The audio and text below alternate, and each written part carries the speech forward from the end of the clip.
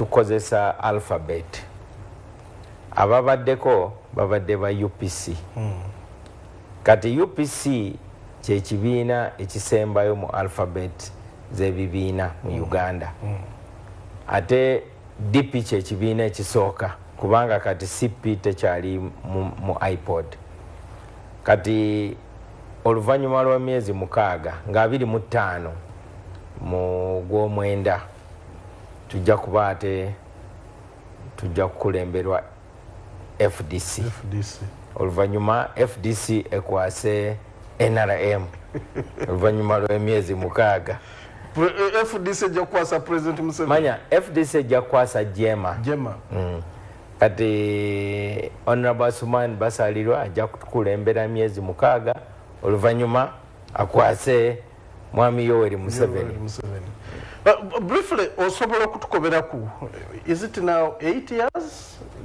What are the success stories? iPod kati myaka 10. Myaka 10. Success stories emyaka 10 mu iPod. Kirungi nnyo n'abavuganya okubeera ne platform ebagatta. Kati nga mmwe abali mu bya broadcasting mwina okubeera ne we musinkana ne muteekawo amateeka agabatwala mu maaso, ne muteekawo engeri empisa kwegamba ne banks zikola, abasuubuzi newenkubanga buli musuubuzi ayagala ye abasinga munne naye nga mwina okuteekawo rules. Ne mu Uganda tulina FUFA, tulinamu teams z'omupiira ezikayanira ebikopo. N'olwekyo iPod ekoze kinene nnyo okubeera ne platform etugatta, tulina we tusinkanira. Ekyokubiri, iPod eyina international partners. Tulina Netherlands Institute for Multi-Party Democracy. Eyo yo NGO ewagirwa government ya Netherlands. Netherlands Institute for Multi-Party Democracy egezezaako okuyamba ebibiina okwezimba. Ekisooka kuteekawo civil service mu bibiina. Bannabyabufuzi tebasobola kukola accounts, tebasobola kuwandiika proposals, tebasobola kuwandiika reports. N'olwekyo batuyambyeko nnyo. Policies tusobola okuzoogerako naye walina okubeerawo abantu abalinga ba technical people abakola emirimu egyo. iPod yateekawo capacity strengthening project. Tuyambye kinene nnyo okubeera ne ba policy analysts mu buli kibiina, okubeera ne ba full time accountants mu buli kibiina. Eyambye kinene nnyo okuzimba ebitongole by'abavubuka, organiza abavubuka n'abakyala.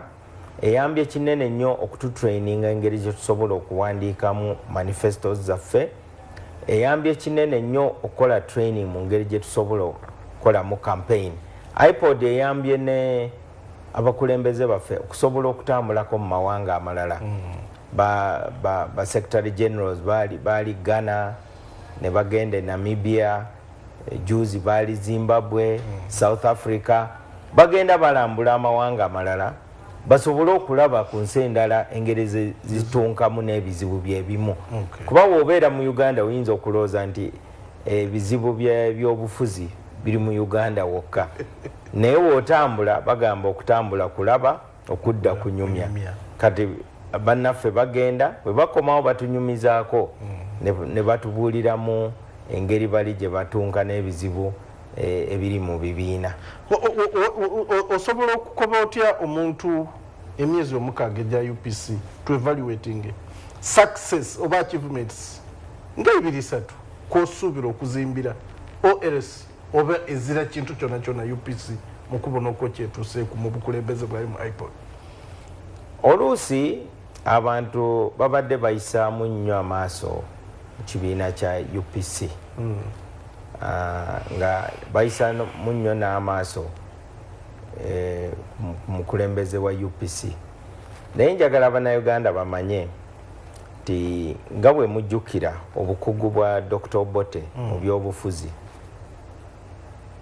omuntu abadde n'omukisa okubeera ne muzeeyi oyo emyaka n'emyaka ng'amuli ku lusegere, buli gwasinkana naye aba amusinkanye, buli byayogera naye aba abiwulira.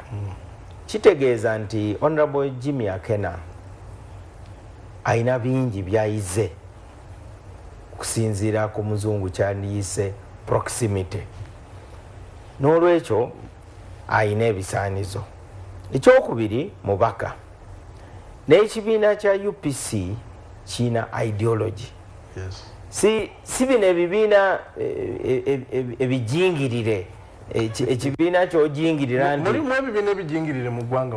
Omanyi oluusi abantu bwe baba nga baagala kukola contract bakolawo company naye nga company terina mirandira, kwegamba omuntu wawulira nti bagenda kulongoosa oluguudo luno n'agamba kati kanteekewo company nsobole okuvulira ku ssente ezo.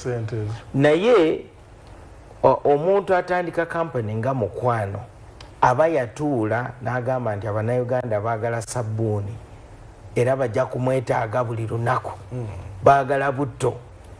Omuntu atandika company nga mulwana n'agamba nti abantu bajja kwetaaga benseni, entebe, toothbrush n'ebirala. Eyo enjawulo eri wakati w'ebibiina nga UPC ne DP n'ebibiina ebirala. Kwegamba ebibiina ebirala biri ebisinga biringa nga parachute esobola okujja mu emergency. N'olwekyo ensonga ezinsanyusiza ku mulembe gwa Jimmy Akena nga chairman wa iPod Summit asobodde okutukulembera tusobole okubeerako ne summit, kuba NRM ebadde eyisaamu nnyo amaaso mu iPod esalawo, NRM negenda mu parliament neyeegaana iPod byesazeewo. Zijjukira 2010 iPod yasalawo nga ne Right Honorable Mama Mbabazi mwali, oluvannyuma ndowooza President Museveni n'amukanulira amaaso n'agenda mu parliament n'abyegaana. Twatuula ne summit, era summit eyo eyali Munyonyo yayamba nnyo fe okuvaayo n'ensonga ezituluma. Ensonga esooka, embeera eriwo mu ggwanga ng'ebibiina by'obufuzi naddala bali ku ludda olw'opposition tebasobola kutegeka bintu byabwe nga rallies, enkuŋŋaana. Juzi ojjukira twali Jinja ne batukuba teargas ne batugoba ate nga twali tugoberedde amateeka. Twasalawo naye temufunye ebbaluwa. They had not cleared your meeting. Ebyo tebiri mu mateeka, ebyo byonna tebiri mu mateeka. Era mwe mwajja kukola bukozi kivulu kuba you knew very clearly nti IGP yali tabawadde lukusanga nga rallies endala. Kwegamba gwe ng'omunnamawulire njagala omanye nti obuyinza obw'okukola rallies buva mu constitution. Kati Public Order Management Act ewa poliisi obuyinza okusobola okumanya biki ebigenda maaso, naye nga poliisi terina buyinza buyimiriza meeting. Kwegamba to regulate does not mean to prohibit. Naye olw'okubanga poliisi yaffe yeewunziseemu ku saidi ya NRM, awo wewava obuzibu. Naye iPod Summit yasobola okuteesa ku nsonga eyo. Twayogerera buli muntu, n'abataaliwo twasobola okuboogerera. Twayogerera FDC, twayogerera Kano Besigye engeri gye bamuyisaamu, twayogerera ebivulu nalaba, twayogerera Honorable Robert Kyagulanyi, MP wange webugundi wekitibwa Asumani basalirwa ow'Ebugiri municipality ng'asimbye ine isira ku bivulu bya Bobi Wine. Kwegamba abantu balina okubeera n'emirembe gyabwe mu mateeka. Tekiyamba omuntu yenna okubeera n'ettima. Ani olinga ayogera nti waliwo alina ettima mu byobufuzi kwegamba omanyi oba onyigiriza abantu toyagala kubalaba nga basanyufu mu ggwanga abantu balina kubeera basanyufu gwe olina okukola mulimu gwa kutambuza gavumenti ng'omuvuzi wa takisi oli wabeera mu takisi ng'ataddeho headphone ng'azina toyinza gamba nti va mu motoka yange lwaki ate osanyuse nnyo kasita abanga tatawanya balala abali mu takisi mwenga abali ne President Museveni mubona nga bwe mwayogera ensonga edo he appreciated that these things were not good oba mwayogera byasigalawo ebya Uganda nga bw'obimanyi President Museveni kirabika wabanga ekintu takyagala tekijja kukolebwa n'olwekyo tusobodde okulaga eggwanga tetutya kusinkana President Museveni omanyi mu opposition kati waliwo abamu abalowooza nti bw'okwata President Museveni mu ngalo kitegeeza nti oba akuguze kiringa ngo oba abantu bamutwala ng'omuntu oba afaanana atya tulaze ekifaanani titusobola okutuula naye kati nga nze nasooka kutuula ne President Museveni nga nkyalina emyaka loza 22 ngenda mu kuweza 23 nga nkyalina makerere n'olwekyo akena yasobola okukola ekintu ekyo kibadde kizibu myaka 10 iPod Summit ebadde tesinkanangako to comment one of the fruits the iPod nokubona nti currently DP erina ba members mu government nga minister Nakiwala Kiwinzi Doza Noyo minister w'ebyabana n'abakyala UPC erina minister among Betty mwene company yetebwa Amobet minister wa lands could this be the fruits ate FDC nga tuboogeddeeko kali kubonayo kibanzanga yavaawo oyo yasala eddiiro waliwo bano abatasaze eddiiro kibazanga kati wogenda mu gavumenti yafuna mirukadi enaku zino ziyita mirukadi yasala eddiiro woba oyagala kwetegereza ebyobufuzi bya Uganda va mu katemba omuntu ng'azze n'abba embuzi yo kati wowulira omukulu w'okukyalo ng'agamba nti wagabidde gundi embuzi yo oba oyagala kunyiiza munno Museveni is a poacher kakati gwogamba ba poachers balina MOU ne Wildlife Authority nedda naffe tetulina MOU ekirala iPod tekola mulimu ogwo kubanga iPod teri bilateral iPod etugatta ffenna eringanga African Union naye olw'okubanga obyogeddeko njagala otangaze bulungi kubanga gwe ng'omunnamawulire omwesimbu kyetaaga abatulaba ku TV ne bamanya ti embeera gye tulimu si ya normal multi-party system ate gavumenti zonna zipookinga UPC yapookinga ba DP ne mu myaka gy'ekinaana bana DP bangi baasala eddiiro ne bagenda kati bano booyogerako saagala owe abantu abatulaba ekifaanani ti President Museveni oba NRM baatuula ne DP ne bagamba ni mutuweeyo Honorable Nakiwala simanyi mutuweeyo ekyo tekyaliwo kubanga nga president siina gwe nasibako omuguwa ku nsingo nengamba tajja genda nenemerera okumusika baatutwalako chairman waffe kati ambassador waliwo eyali omubaka wa FDC Honorable Ochula Mike deputy ambassador Cairo naye abanamuwulire mwagala nnyo okusiiga DP enziro DP ne UPC kubanga mwenna mbalaba muli ku agenda eyava mu nsiko okutta ebibiina bye mwasangawo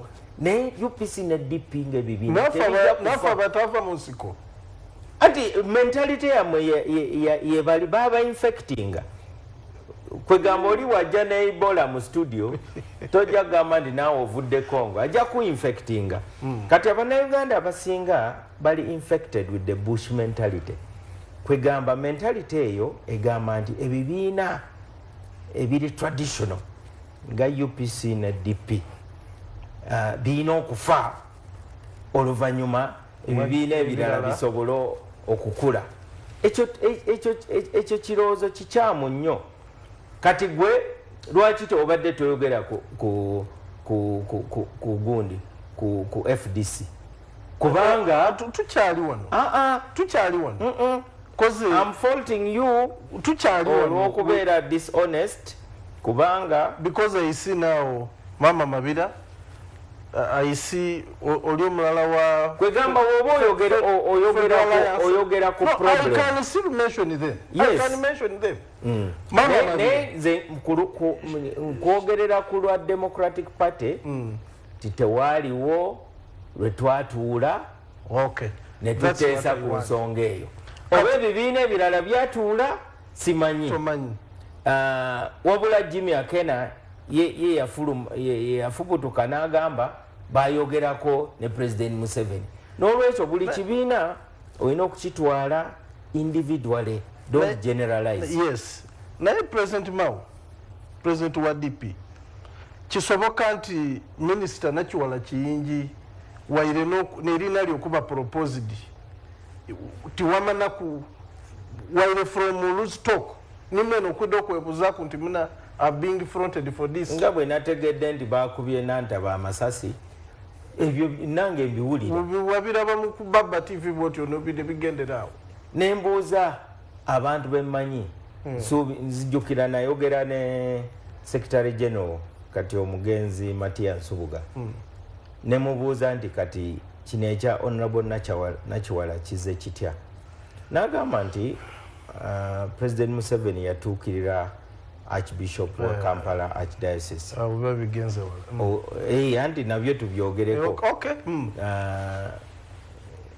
His Grace Archbishop Kizito Lwanga n'amugamba mpaayo amanya President wa ddembe okubuuza buli omu asobola okubuuza buli omu n'agamba nti njagala kuwa omulimu okole ndowooza ojjukira n'ekyabazinga waffe baali bamugabidde kati basooka kutuuza abasoga bonna n'olwekyo ssebo oyagala genda mu dangerous point tujja kutuukayo kakati owekitiibwa President General wa DP you are now chairman of IPOD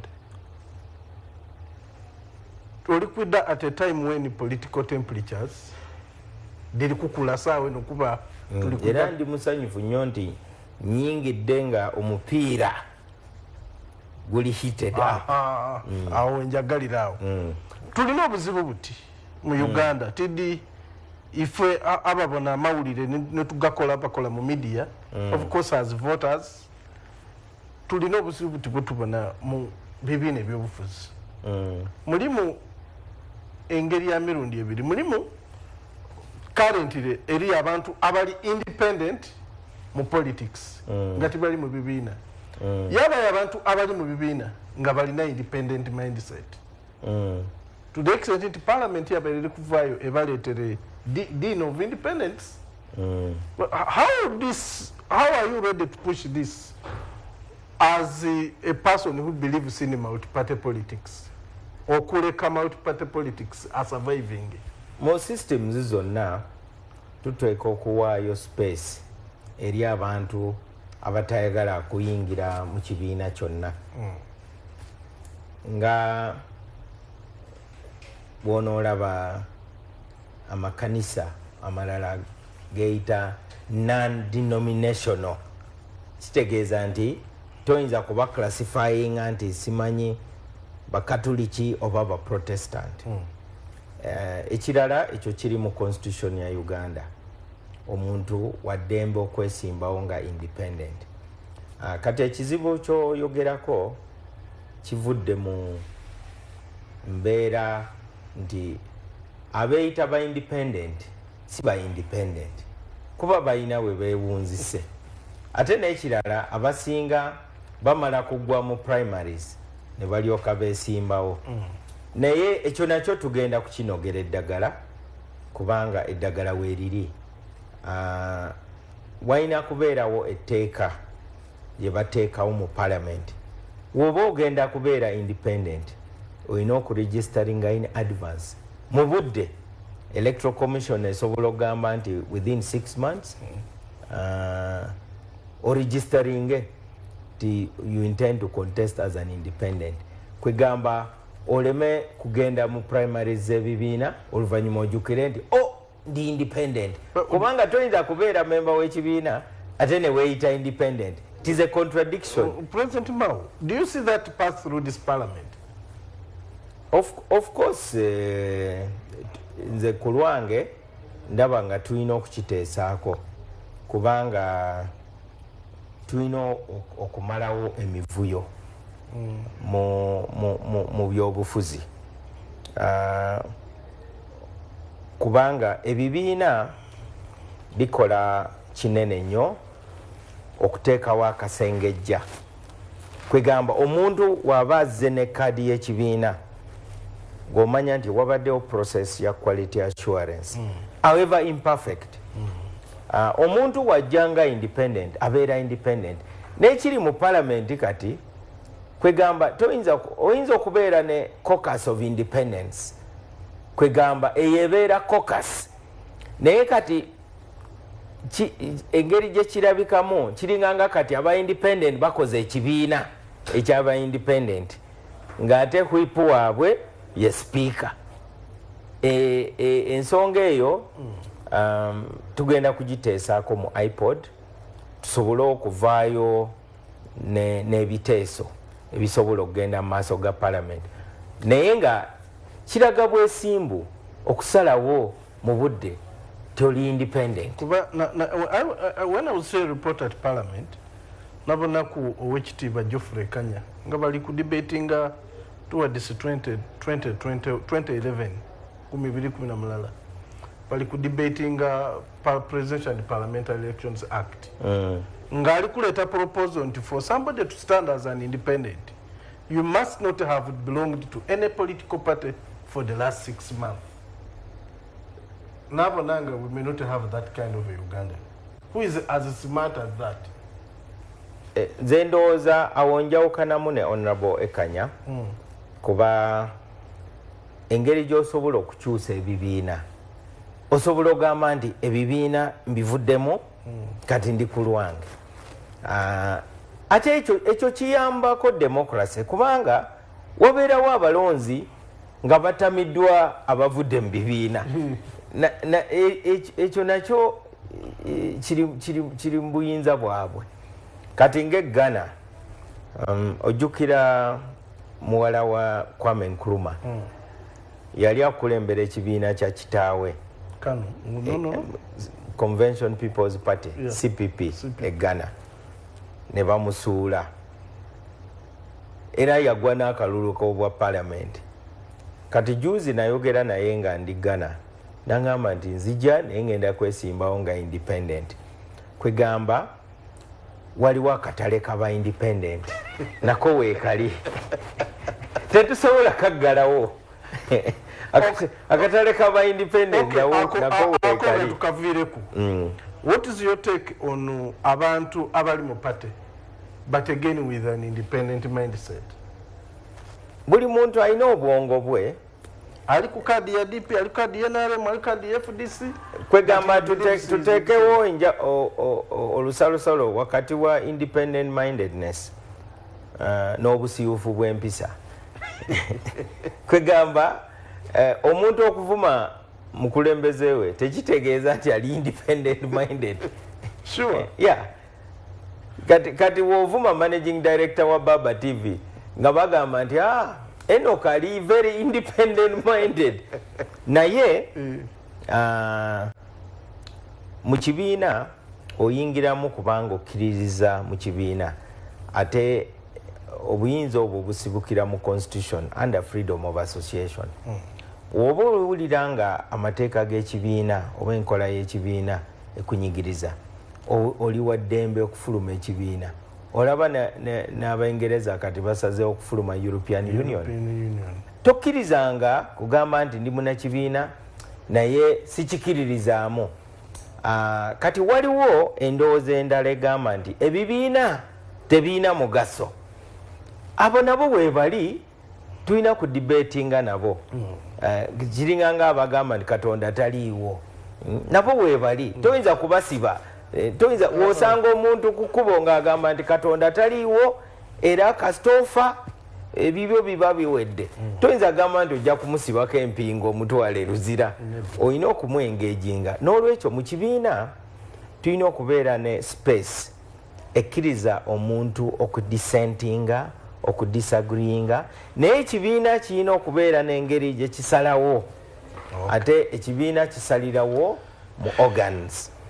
Kati wetugamba nti ekibiina kisazeewo bwe kiti, olina okugondera ekibiina kikisazeewo. Naawe omubaka wa palamenti sigamba nti buli mulonzi yakulonda. Kati abatakulonda we batakuwa budde kukolera constituency. Nga buli lwoyitawo abatakulonda bagamba nti ffe tetukwagala era tetwakuwa. Ekyo kiremesa democracy. N'olwekyo njagala nnyo buli munnakibiina abeere n'obwongo obubwe ng'abukozesa. Naye kasita osalawo okubeera memba w'ekibiina olina kubeera mwesimbu kubanga ekibiina kitambulira ku mateeka. Wabaawo obutakkaanya tubeere ne debate ku nsonga zennyini, naye debate ezisinga kati ziri ku personality. Awo gye tugenda Mukagwa omulungi katwetololemu eddakiika ndala eti tuyire tukalini Oweekitiibwa Norbert Mao, President General wa DP, wano mu studio liffe Baba TV Entinda.